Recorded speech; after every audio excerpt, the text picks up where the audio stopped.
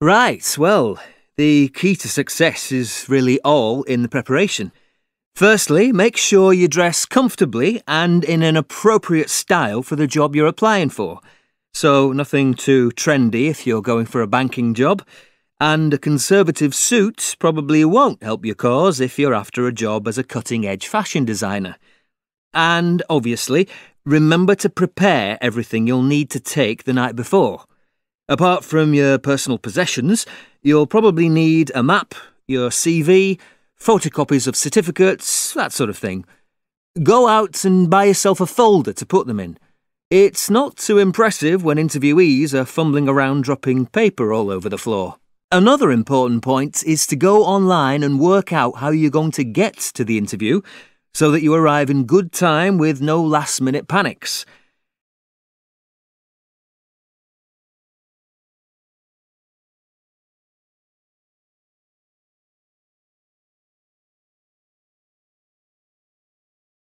When you meet the interviewers, remember that first impressions are crucial. Research has linked the kind of handshake you give to the type of character you are.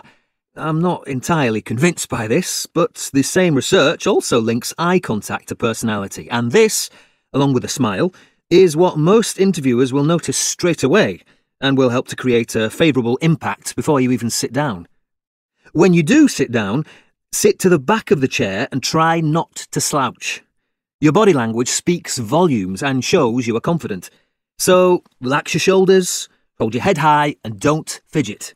And keep your hands as still as possible, using moderate gestures to show emotion and interest rather than waving your arms around. Another thing I'd urge you to do is to listen carefully. Don't interrupt, and be prepared to give some thought to how you answer questions. Unless specifically asked to, avoid long-winded answers. I've had to stop people rambling on for 2 minutes or even longer, when actually 50 seconds at most is usually enough. The same applies to asking questions. Keep them short and to the point. When you do speak, it is obviously important to express yourself clearly. Your tone of voice is just as important, if not more so. If you mumble or sound monotonous, the interviewers will just switch off and think you're not keen. So put some energy into what you're saying by varying the volume and pace. If necessary, practice beforehand with a friend and get their opinion on how you sound.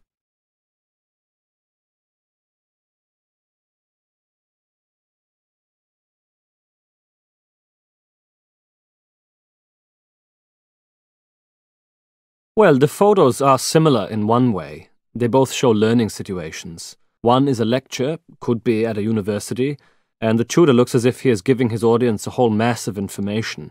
The other is a one-to-one situation. A ski instructor is showing a person, she must be a novice, how to position her legs. I suppose that the main advantage of the lecture format might be that it is a very useful way of communicating knowledge or ideas to a large group of people, assuming they are awake and listening. Whereas having an individual tutor is probably much more helpful when you are learning a skill, because you get all that personal attention. In the first picture, you can't really tell whether the students are really involved or not. They seem very passive, and I suspect that some of them are feeling a bit overwhelmed by the amount of data that's been thrown at them. The person learning to ski, on the other hand, looks thoroughly engaged in the lesson.